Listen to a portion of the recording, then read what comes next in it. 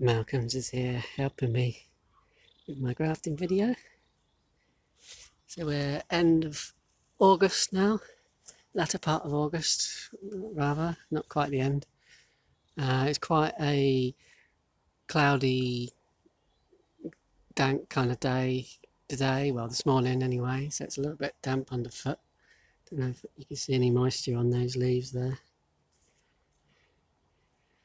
So I wanted to show you how the grafts were doing, and I've got here this bootlace, which you can see. Oh no, I've got some damage here.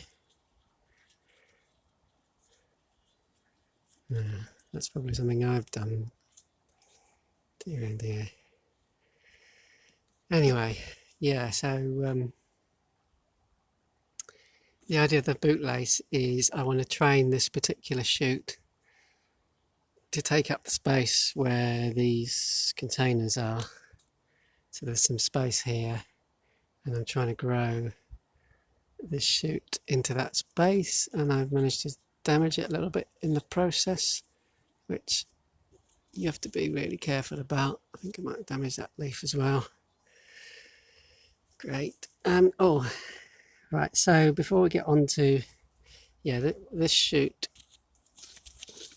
comes down onto this graft here, which you can see is sort of nicely healed over. And I've got to be careful not to put too much pressure on this, because that could, obviously that's a weak point there, but a little bit of pressure on it can help actually stimulate growth there.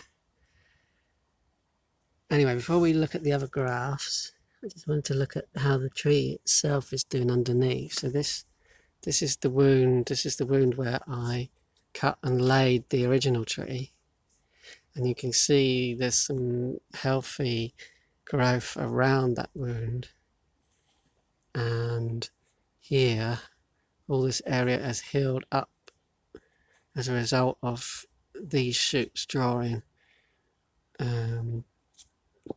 all the sap up through, so that's good. But then there are other bits down here, so you can see this is a bit of a bulbous growth down here, and there's a bit of a hole there. I'm not sure what that is. So, and also we've got some ivy here. Look, this ivy is trying to grow. It's coming up around here.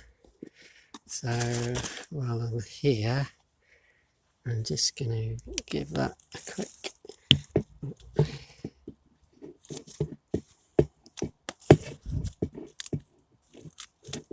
snip that off.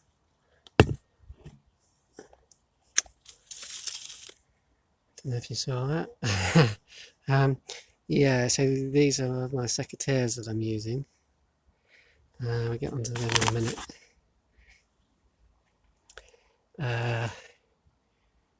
Right, so let's look at one of the other. Well, we've already seen this graft here and this shoot coming off, but it goes right up here, and you can see I have chopped just here, pruned here, and I've got some fresh shoots coming off. And the reason I've done that is because it was blocking a little bit the shoots behind, which go right up, much taller than I am now. But what I'm trying to do is encourage growth where I'm standing now, and off to this side where I've cut this tree back.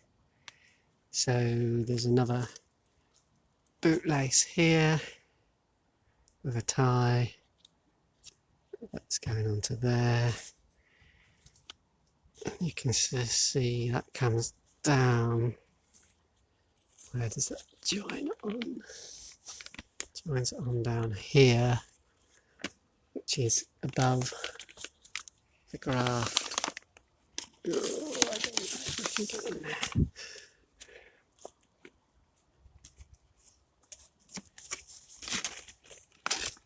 Graft is down there. You can see that's healed quite nicely down there. So there's the branch that's going off, that's tied with a bootlace, and then there's another shoot going up, straight up there. You can see the really tall one at the back there.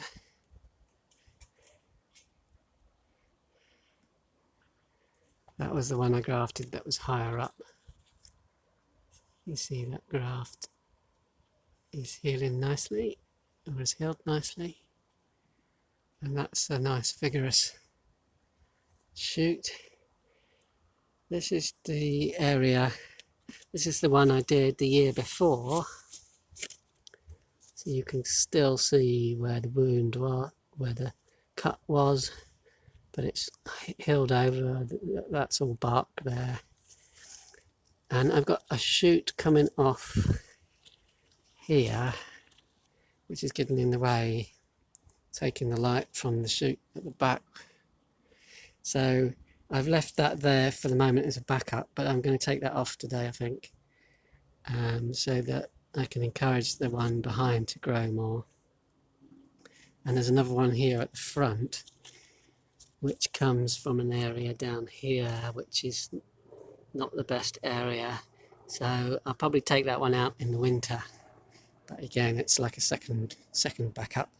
But I should be okay because this shoot here is going in that direction, and that's the one I want. Got an aircraft going over at the moment, so sorry about that. So these are the secateurs that I'm going to use to take out the shoot that you can see behind. So for this kind of work you want what are called bypass secateurs. So these are quite old beaten up ones. But the important thing is that the blade is, well, one, sharp, but even more importantly than being sharp, it's got to be clean.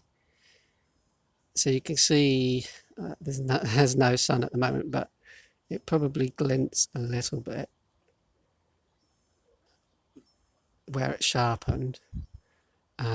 So it's like metal, and it's not all rusty and gummy and covered in old tree sap. So that's quite important, because when you cut, you'll get that whatever's on that blade in the wound. So people are always going, oh, why doesn't it work? Well, because you've just introduced a whole raft of problems. And I'm going to, so the shoot here that I'm going to cut out, I want to do it fairly flush to the other stem. So what I shall do is I'll place the blade on the side that I'm going to keep, and the anvil on the side that I'm going to discard, because the anvil, so these are what are called bypass secateurs, and you see this anvil bit, the blade bypasses the anvil, you see there, and the anvil will actually do damage. So you always want the anvil on the side that you're discarding, and the blade on the side that you're keeping. Don't know if that makes any sense, but so when I cut this shoot here, oh yeah, perhaps today is not the best day to be doing this, because I seem to be quite clumsy. Right, so when I cut this shoot here, I want to have the blade on this side, because this is the bit that's going to be left behind, and I want the anvil on this side, because that's the side that's going to get slightly damaged. Don't know if I can do it on camera, might not be such a good idea. There we go. Yeah, so I haven't got really a very, I wanted that to be flusher to the bar. It doesn't have to be totally flush. Woo.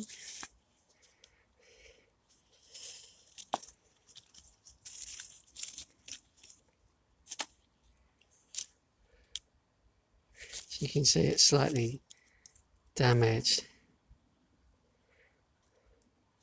Where the anvil touches it, it crushes. It crushes. Anyway, yeah, I think that's not a great example of a cut, to be honest, but still, never mind. Right, see you later.